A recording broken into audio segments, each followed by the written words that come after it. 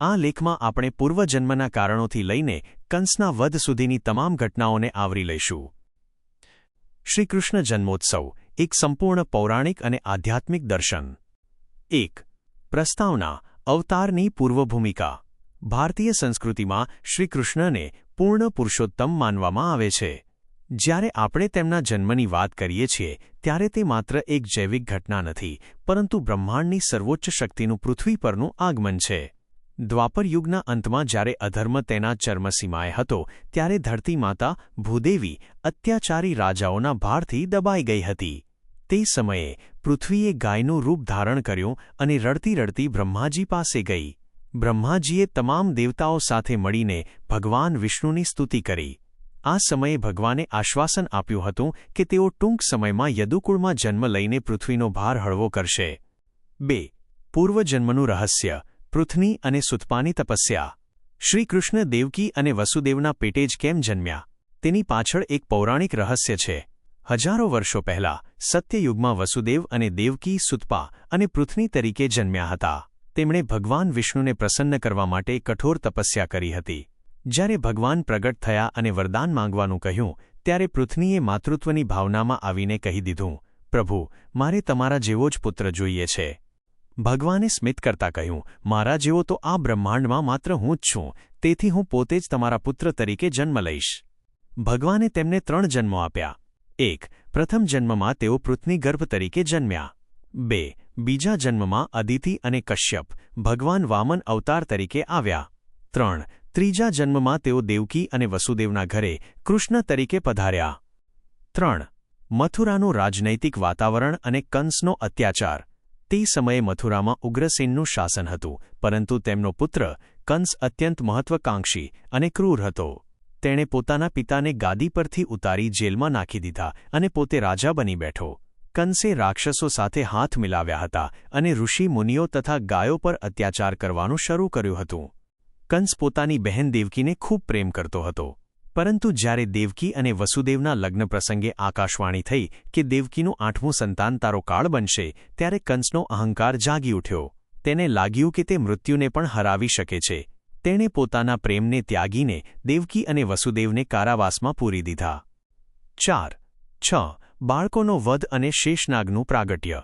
કારાવાસના અંધકારમાં દેવકીએ એક પછી એક 6 બાળકોને જન્મ આપ્યો. કંસે ક્રૂરતાની હદ વટાવીને દરેક બાળકને શિલા પર પછાડીને મારી નાખ્યા. આ 6 બાળકો હકીકતમાં કાલનેમીના પુત્રો હતા, જેમને એક શ્રાપને કારણે પૃથ્વી પર જન્મ લેવો પડ્યો હતો અને ભગવાનની કૃપાથી તેમને મોક્ષ મળ્યો. 7મા ગર્ભમાં શેષનાગ પધાર્યા હતા. ભગવાન વિષ્ણુએ પોતાની યોગમાયાને આદેશ આપ્યો કે આ ગર્ભને દેવકીના ઉદરમાંથી રોહિણી, વસુદેવની બીજી પત્ની જે ગોકુળમાં રહેતા હતા, ના ગર્ભમાં બદલી દેવામાં આવે. આમ 7મા સંતાન તરીકે બલરામનો જન્મ થયો, જે કૃષ્ણના મોટા ભાઈ બન્યા. 5. જન્માષ્ટમી મધ્યરાત્રિનું દિવ્ય પ્રાગટ્ય. શ્રાવણવદ આઠમની એ ઐતિહાસિક રાત હતી. આખું વિશ્વ જાણે થંભી ગયું હતું. રોહિણી નક્ષત્રમાં મધ્યરાત્રિના 12 વાગ્યા હતા. અચાનક જેલના ઓરડામાં એક તેજોમય પ્રકાશ ફેલાયો.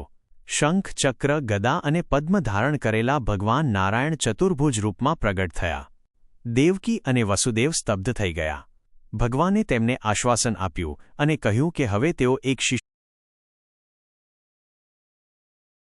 મને અત્યારે જ ગોકુળમાં નંદરાયના ઘરે મૂકી આવો અને ત્યાં જે કન્યાનો જન્મ થયો છે તેને અહીં લઈ આવો. યમુના પાર અને પ્રકૃતિનો સાથ. વસુદેવજીએ બાળક કૃષ્ણને એક ટોપલામાં લીધા. જેલના દરવાજા આપમેળે ખુલી ગયા, સાંકળો તૂટી ગઈ અને સૈનિકો ગાઢ નિદ્રામાં સરી પડ્યા. બહાર મુસળધાર વરસાદ હતો. વસુદેવ જ્યારે યમુના નદી પાસે પહોંચ્યા ત્યારે નદી તોફાને હતી, પરંતુ પ્રભુના ચરણ સ્પર્શ કરવા માટે યમુનાજીના જળ ઉછળવા લાગ્યા. જેમ વસુદેવ નદીમાં ઉતર્યા તેમ યમુનાએ 2 ભાગ થઈને રસ્તો આપ્યો. શેષનાગે ફેણ ફેલાવીને ભગવાન પર છત્રછાયા કરી. 7. ગોકુળમાં આનંદ ભયો. નંદ મહોત્સવ. વસુદેવજી નંદબાબાના ઘરે પહોંચ્યા. ત્યાં માતા યશોદાએ એક કન્યાને જન્મ આપ્યો હતો, પરંતુ યોગમાયાના પ્રભાવથી તેઓ ગાઢ નિદ્રામાં હતા. વસુદેવે કૃષ્ણને યશોદા પાસે સુવડાવ્યા અને કન્યાને લઈને મથુરા પાછા ફર્યા. સવારે જ્યારે ગોકુળમાં ખબર પડી કે નંદબાબાને ત્યાં પુત્રરત્નનો જન્મ થયો છે, ત્યારે આખું ગોકુળ ઘેલું થયું. ગોપીઓ અને ગોવાળો નાચવા લાગ્યા. નંદ ઘેર આનંદ ભયો. જય કનૈયા લાલ કી ના નાદથી આખું બ્રહ્માંડ ગુંજી ઉઠ્યું. 8. કંસનો ભ્રમ અને યોગમાયાની ચેતવણી. મથુરામાં જ્યારે કંસને ખબર પડી કે 8મું સંતાન જન્મી ચૂક્યું છે ત્યારે તે દોડતો જેલમાં આવ્યો. તેણે કન્યાને મારી નાખવા માટે પથ્થર પર પછાડી, પરંતુ તે કન્યા આકાશમાં ઉડી ગઈ. તે અષ્ટભુજા દેવી યોગમાયાના રૂપમાં પ્રગટ થઈ અને અટ્ટહાસ્ય કરતા બોલી, રે મૂર્ખ કંસ, મને મારવાથી તને કંઈ નહીં મળે, તારો કાળ તો ગોકુળમાં જન્મી ચૂક્યો છે. આ સાંભળી કંસના પગ નીચેથી જમીન સરકી ગઈ. 9. કૃષ્ણ જન્મનું આધ્યાત્મિક રહસ્ય. શ્રી કૃષ્ણનો જન્મ અંધારી રાત્રે થયો હતો, જે અજ્ઞાનનું પ્રતીક છે. જેલ એ બંધનનું પ્રતીક છે. જ્યારે ભગવાન જ્ઞાન આપણા હૃદયમાં પ્રગટ થાય છે ત્યારે અજ્ઞાનનો અંધકાર દૂર થાય છે અને મોક્ષના દ્વાર ખુલી જાય છે. કૃષ્ણના જીવનના દરેક પ્રસંગમાં એક ઊંડો બોધ છુપાયેલો છે. 10. નિષ્કર્ષ. ધર્મની પુનઃસ્થાપના. કૃષ્ણનો જન્મ માત્ર કંસને મારવા માટે નહોતો, પરંતુ સમગ્ર માનવજાતને ગીતા જેવું અમૃત આપવા માટે હતો. તેમણે સાબિત કર્યું કે પ્રેમ, ભક્તિ અને કર્મ દ્વારા જ જીવનનો ઉદ્ધાર શક્ય છે. આ લેખમાં કૃષ્ણ જન્મ